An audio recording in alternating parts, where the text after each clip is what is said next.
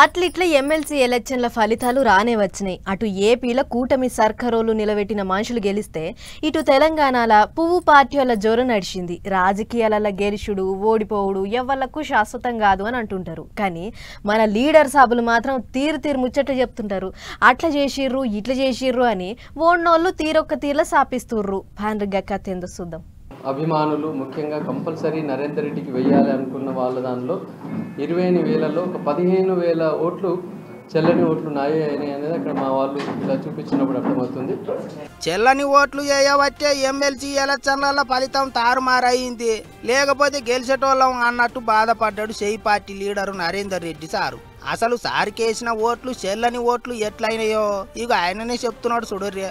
చెల్లని ఓట్లు ఏ రకంగా జరిగినాయి అంటే 1 పెట్టి 1 పక్కన ఒక టిక్, అలాగే 1 పెట్టి దానికి ఒక సర్కిల్, లేదా 1కి ముందు 0 అంటే 0-1 పెట్టడం, తర్వాత జస్ట్ టిక్ పెట్టడం, తర్వాత తెలిసి తెలియక 1 రాసు దాని కింద డాట్ అంటే 1 కింద ఒక డాట్ ఉన్నా కూడా దాన్ని ఇన్వాలిడ్గా మనం పరిగణలోకి తీసుకున్నారు. ఆగో గట్ల అయిందట. ఓట్లు మంచిగానే పడ్డాయి కానీ చెల్లని ఓట్లు అవుడుతోని ఓడినాం అన్నట్టు మాట్లాడిండు. ఇక బుధారం మాపటీలి అటు ఫలితం చెప్పంగానే సారు కండ్ల నీళ్లు పెట్టుకున్నాడు. గెలుస్తాం అనుకుంటే అరే గిట్లయిపోయాయి కదా అని మస్తు దుక్కటిల్లిండు. ఇంకో దిక్కు పువ్వు పార్టీ వాళ్ళు గెలిచిండ్రు కాబట్టి ఊర్ల పోటీ గట్టిగానే సంబరాలు చేసిండ్రు. గురువారం కూడా పటాకులు కాల్చి మిఠాయిలు తినిపించుకున్నారు.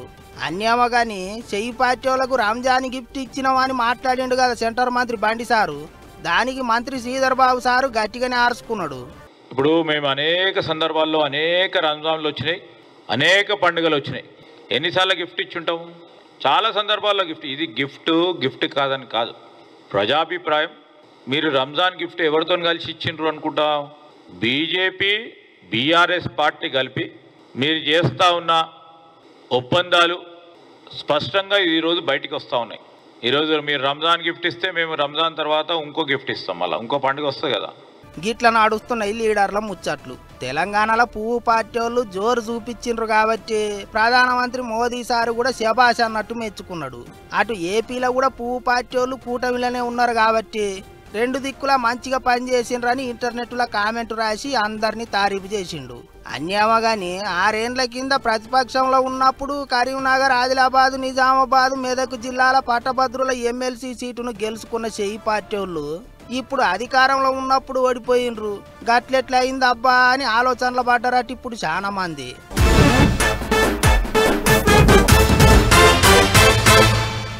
మా ఊరి పక్క పొంటే హైవే రోడ్డు వేస్తుర్రు అని చెప్పిర్రట ఎవరిలో. ఇక చూసుకోర్రి, భూముల రేట్లు పెరుగుతాయి అని ఒకటే సంబరపడుతుర్రు జనాలు. మా వాళ్ళు నిన్న ఫోన్ చేసిర్రు, గిట్ల నట పిల్ల కరంగా ముచ్చట్నేనా ఒకసారి తెలిసిన వాళ్ళు ఉంటే కనుక్కో అని ఒకటే పోరు పెట్టిర్రు. ఊరంతా అతలం కుతలం అవుతున్నదట. సరే ఇక మా ఊరి ముచ్చట అట్లా ఉండనివ్వరు కానీ ఇక గీ ఊరోళ్ళ ముచ్చట చూడుర్రి ఎట్లున్నదో. ఎక్కన్నో ఏ ఊరో అనుకునేరు, వరంగల్ దగ్గర పట్లనే ఉన్న మామునూరు ముచ్చట్నెక్కిది. కొత్త ఎయిర్పోర్ట్ కట్టేటందుకు సెంటర్ సర్కార్ వాళ్ళు సై అన్నారు కాబట్టి ఇక రాష్ట్ర సర్కార్ వాళ్ళు భూములు తీసుకునే కార్యం చాలు చేసిండ్రు. విమానాల స్టేషన్ కట్టనికే 253 ఎకరాల అవసరం ఉన్నదట. అందుకొరకే 205 కోట్లు పక్కకు పెట్టిండ్రట. కానీ ఇక్కడనే పెద్ద పరిశాన్ వచ్చింది అంటున్నారు. సర్కార్ వాళ్ళు భూముల కొరకు పోతే పబ్లిక్ మరల పడతాండ్రు. ఏంటికంటే ఎకరానికి 50 లక్షల నుంచి 1 కోటి దానికి ఇవ్వాలని చూస్తుండ్రట సర్కార్ వాళ్ళు. కానీ మార్కెట్ రేటు 2 కోట్లు ఉన్నది అంటున్నారు ఇక్కడి పబ్లిక్.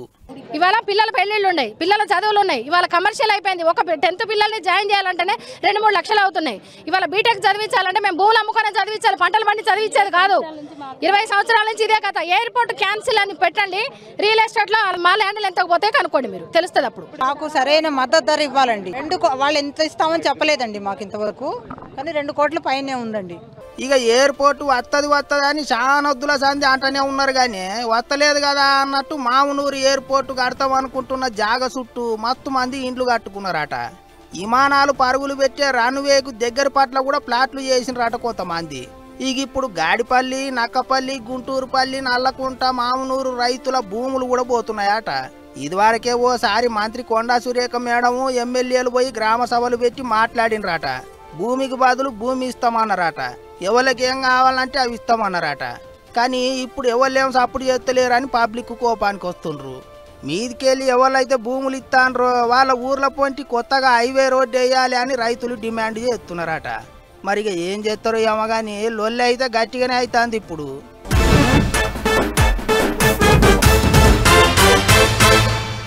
కోరిన కోరికలు తీర్చే కోనేటి రాయుడు ఆ ఏడుకొండల ఎంకన్న. అందుకే ఎప్పటికీ ఎంకన్న సన్నిధి భక్తులతోని కిటకిటలాడుతూనే ఉంటుంది. ఎంత ఆలస్యమైనా సరే, ఎంత తిప్పలైనా సరే భక్తులు స్వామిని దర్శనం చేసుకొని సంబరపడుతుంటారు.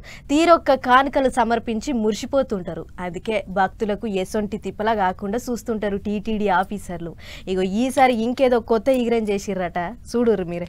ఎంకన్న సన్నిధిలో మార్పులు చేర్పులు గట్టిగా చేస్తాం, భక్తులకు తీరొక్క సవలతులు చేస్తాం అని సీఎం బాబు సారు గద్దెనెక్కినప్పుడే చెప్పిండు.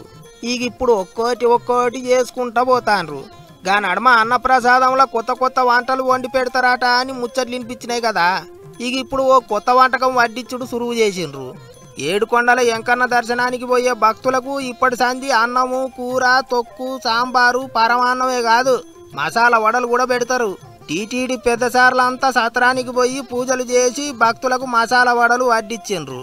ఇప్పటికే ఓసారి అందరికి నచ్చుతాయో లేదోనని నెల కిందనే 5,000 మసాలా వడలు వడ్డించిండ్రు. ఎట్లున్నాయి ఏం కథ అని భక్తులను అడిగి తెలుసుకున్నారు. అందరూ మంచిగా ఉన్నాయని చెప్పిండ్రాట. అందుకే ఇప్పుడు రోజుకు 35,000 మందికి వడలు వడ్డించాలి అని అన్ని తీర్ల ఏర్పాట్లు చేసిండ్రాట. పొద్దుగాల 10:30 నుంచి పొద్దుమీకి 4 కొట్టిన దాకా వడలు వడ్డిస్తారట. ఇక అన్నప్రసాదంలో కొత్తగా వడ్డించిన వడలు తిని భక్తులు కూడా కమ్మ ఉన్నాయని మెచ్చుకున్నారు. ఇంకో దిక్కు పొలాన్లకు పరీక్షల టైం కాబట్టి ఇప్పుడైతే ఎంకన్న సన్నిధిలో భక్తులు జర తక్కువనే ఉన్నారు. దర్శనాలు నిమ్మలంగా అవుతున్నాయా అంటున్నారు. టోకెన్లు లేకుండా దర్శనానికి పోయిన వాళ్ళకు 12 గంటలు పడుతున్నదట. ఎంకన్న దర్శనానికి పోయేటోళ్ళు ఇక ఇప్పుడు రష్ తక్కువ ఉన్నది కాబట్టి రంది లేకుండా పోవచ్చు. పండ్ల పని అన్నప్రసాదంలో మసాలా వడలు పెడుతున్నారు కాబట్టి రుచి చూసి రావచ్చు. ఏమంటారు?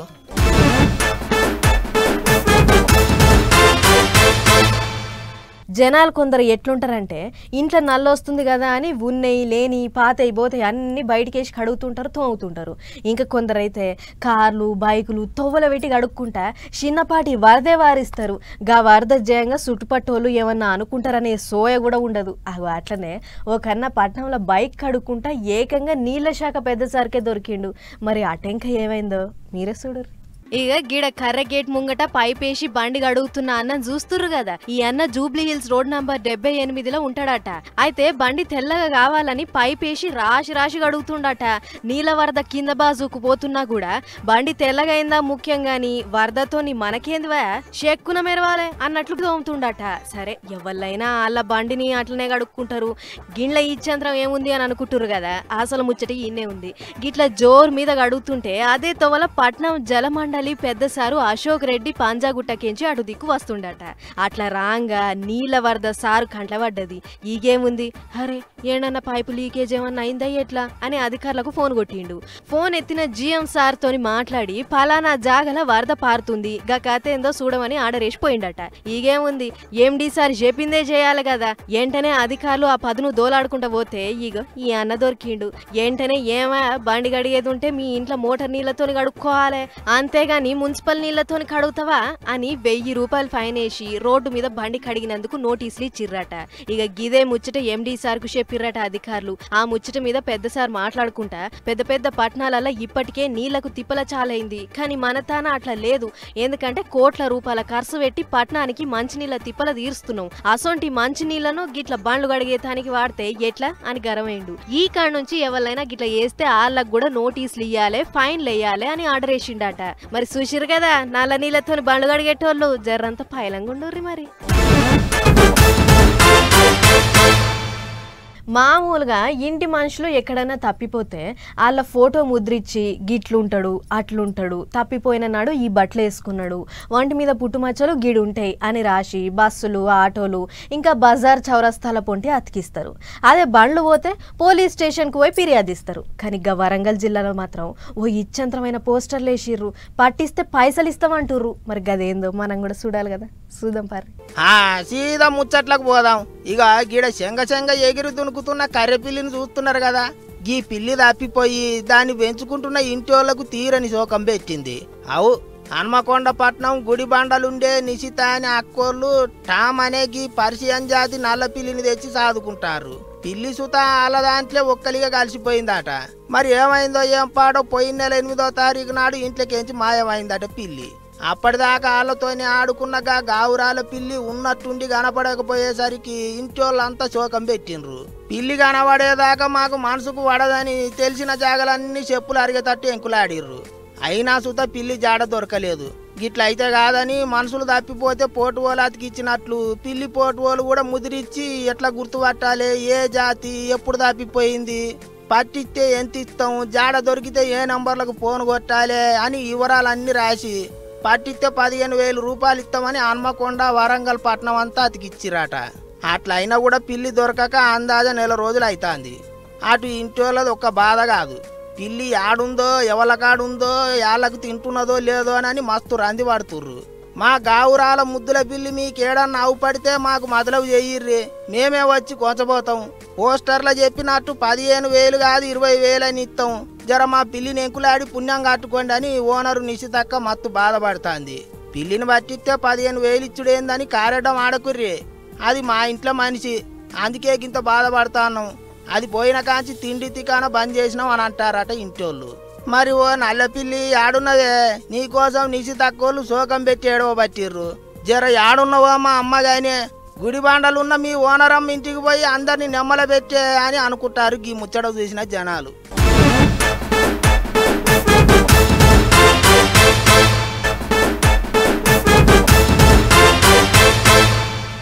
చిన్నప్పుడు బడికెందుకు లేట్ అయిందిరా అని సార్ అడిగితే ఒక్కొక్కళ్ళు ఒక్కో ముచ్చట చెప్పేటోళ్ళు. మా దోస్తులు బస్సు లేట్ అయిందని ఒకళ్ళు, ఆటో లేట్ అయిందని ఒకళ్ళు, ఇంట్లో బాక్స్ కట్టు లేట్ అయిందని ఒకళ్ళు, గిట్లా ఏదో ఒకటి చెప్పి తప్పించుకునేటోళ్ళు.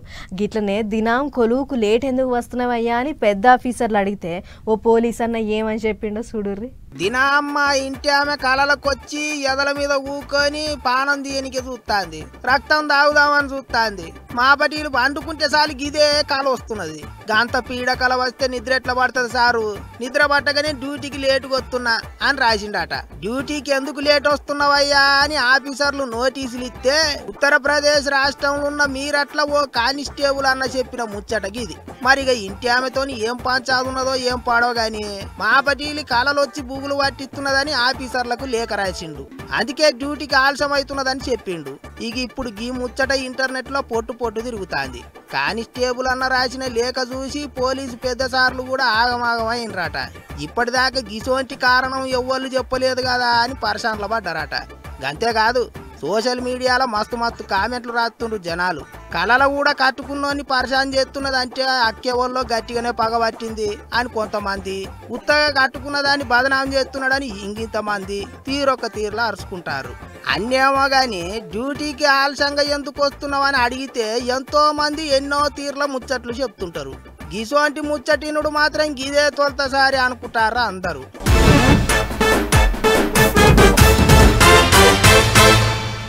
ఇన్ని చిట్కు పుట్టుకు ముచ్చట్లున్నాయి. ఫటాఫట్ ధనాధనాయి కూడా ఒక్కసారి చూసేవర్రి. తెలంగాణ గుళ్ళు గోపురాల మంత్రి కొండా సురేఖ గొడగొడ శోకం పెట్టింది. కొన్నేళ్ల సంధి వాళ్ళింట్లో సాదుకుంటున్న హ్యాపీ అనే కుక్క గుండెపోటొచ్చి జీవిడిచింది. ఇక ఈ ముచ్చట ఎరికైన మంత్రి మేడము కుక్కను చూసి వలవలా ఏడ్చింది. నువ్వు మాతోని ఉన్నన్ని దినాలు మేము మస్తు మురిసిపోయినాము, మమ్మల్ని ఈడ్చిపెట్టి నీకెట్లా వెళ్ళిపోవాలని అనిపించింది హ్యాపీ అని అనుకుంటా కుక్కకు పబ్బతి పట్టింది. ఇక మేడం ఏడుస్తుంటే చుట్టుపట్టున్నోళ్ళు కూడా అయ్యో మేడం గంతగానం ఏడుస్తున్నదంటే కుక్కను ఎంత బాగా చూసుకున్నదో అన్నట్లు వాళ్ళు కూడా అయ్యో మేడం గంతగానం ఏడుస్తున్నదంటే కుక్కని ఎంత బాగా చూసుకుందో అన్నట్లు వాళ్ళు కూడా కళ్ళ పొంటి నీళ్ళు తీసిర్రు.